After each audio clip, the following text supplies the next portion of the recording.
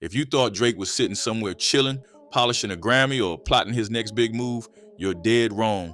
Drake ain't just taking L's in the booth, he's watching his whole image crumble in real time, and the one doing the damage is Kendrick Lamar. And it's not just about bars no more. Kendrick out here packing out stadiums, breaking historic records, while Drake's camp scrambles to make excuses nobody even halfway believes. Today, we're breaking down the real numbers, the desperate attempts at spin, and why this might go down as the worst public loss in hip-hop history.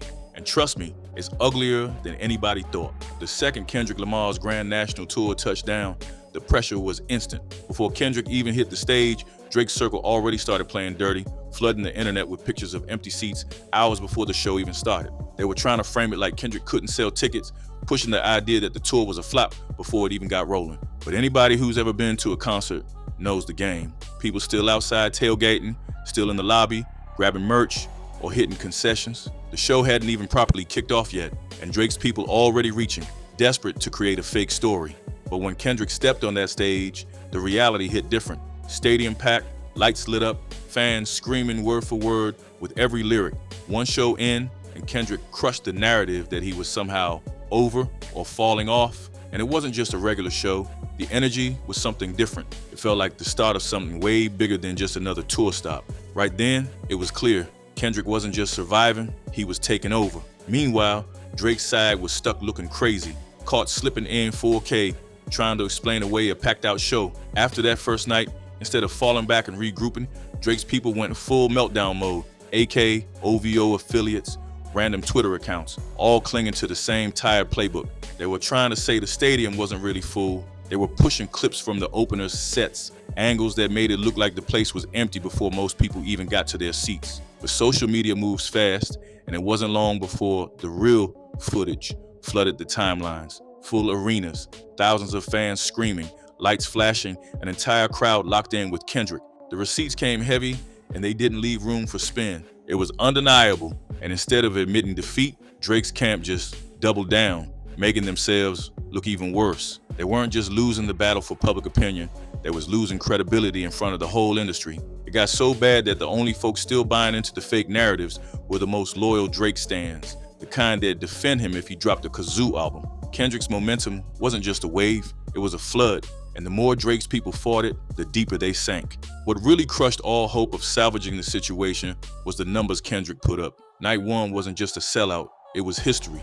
Kendrick and Ezie together broke the record for the highest grossing rap show ever. Not just the biggest show of their careers, not just a personal best, but a number nobody else in hip-hop had ever touched. They passed up legends like Eminem, Jay-Z, even Beyonce when it came to rap-focused shows. And this wasn't even in a so-called primary city like New York or Los Angeles. Kendrick did it somewhere the industry never even expected to see those kinds of numbers. That's when you knew it wasn't hype. It wasn't industry politics. It was real people, real fans, paying real money to be part of something bigger. No gimmicks, no social media smoke and mirrors, just the culture showing up for Kendrick in ways you can't fake. For Drake, it had to be a nightmare, because Kendrick wasn't just beating him on charts or streams where labels can play with numbers. He was winning where it mattered most, the connection with the people. And the scariest part for Drake, Kendrick was just getting started. The Houston show was supposed to be the slip-up. Ticket sales for Houston started slower. Drake's side was hyping up the idea that this would be the city where Kendrick stumbled, where the cracks would finally show, except it didn't happen. Instead, Kendrick sold out Houston too. Not only that, but the crowd was even louder, even crazier than the night before. And Kendrick, always calculated, knew exactly what he was doing when he stepped up to the mic and called Houston his home. That wasn't an accident. That was a direct shot at Drake, who had spent years claiming Houston as his second city, building whole parts of his brand around it. And Kendrick walked into Drake's so-called backyard, took the keys to the house, and locked the door behind him. It wasn't just a concert, it was a full takeover. And Drake, no response, no Instagram captions, no subtle shots in interviews, no industry friends jumping in to save him, nothing but silence. Because deep down, Drake knew there wasn't a spin strong enough to fix what Kendrick had just done.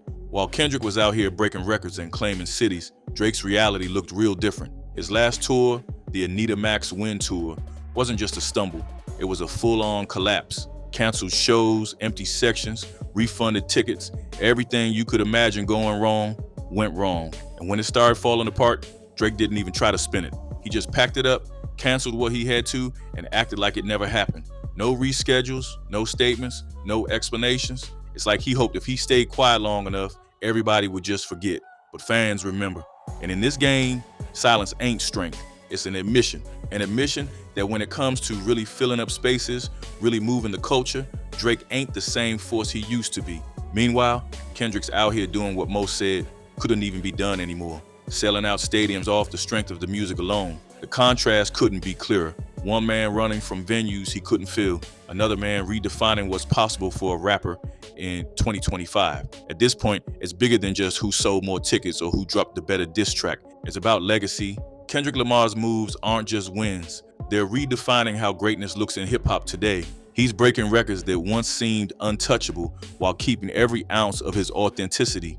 No industry puppeteering, no ghostwriters, no fake smiles for radio singles. Just pure skill, pure vision, pure connection with the people. Meanwhile, Drake's whole blueprint is crumbling. The charm that once made him untouchable now feels hollow. The formula he built his empire on, catchy singles, calculated features, heavy label backing, can't mask the fact that when it comes time to really step into the arena, Kendrick's the one they're lining up to see. And not just hip-hop heads either. We talking casuals, pop listeners, R&B lovers, even folks who don't even usually check for rap shows. Everybody's pulling up because Kendrick represents something real that's getting harder and harder to find. This ain't no industry plant story. This is grassroots, this is generational. And the scariest part for Drake, there's no fake number, no Spotify playlist placement, no Instagram post that can cover up what's happening. Kendrick Lamar is leaving him behind, and it's happening in real time. What makes this even more brutal is that Kendrick ain't even at his peak yet. This tour, this record-breaking wave he's on right now, it's just the beginning. There's heavy talk inside the industry that Kendrick's sitting on new music, ready to drop mid-tour. And if that happens, if Kendrick puts out new material while riding the momentum of these sold-out stadiums, it's over. It's checkmate. Because once Kendrick drops again, it ain't just gonna be about stadiums anymore. It's gonna be full dominance across every level. Radio, streaming, charts, the streets, and the live scene. Meanwhile, Drake's stuck in a box he can't fight his way out of. He can't tour big because he ain't got the demand Kendrick got. He can't drop new music too fast because people still remember the L's from the beef. He can't spin narratives because the footage don't lie anymore. He can't call on industry friends to fake the hype because fans ain't buying into it no more.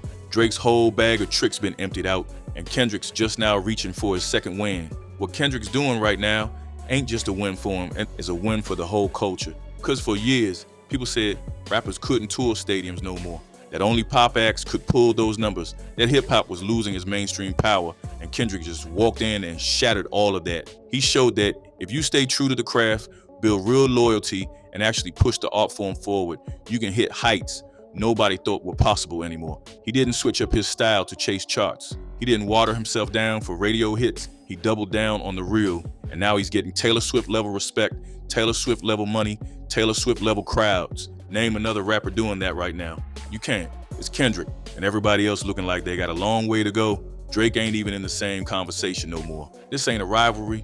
This ain't beef. It's levels. And Kendrick just built a whole new floor that Drake can't even reach. At the end of the day, Kendrick Lamar didn't just win a rap battle, he won the war for the culture. While Drake's team was busy trying to fake angles and cook up spin, Kendrick let the music and the people do the talking. Now, with the biggest rap tour ever underway, record after record falling, and new music possibly on the way, it's clear Kendrick's not slowing down. He's redefining what success looks like. He's stretching what's possible for rappers. He's showing everybody that you don't gotta sell out to reach the top. You just gotta be undeniable. Meanwhile, Drake's silence says everything. The man who once couldn't stay off the charts, the blogs, the headlines, now he's hiding. Because deep down, even he knows. No matter how many PR stunts he pulls, no matter how many fake narratives he tries to pump out, no matter how much money he throws around, the truth already wrote itself. Kendrick Lamar is the biggest, most important, and most powerful rapper in the world right now. And Drake? He's just another artist trying to figure out where it all went wrong.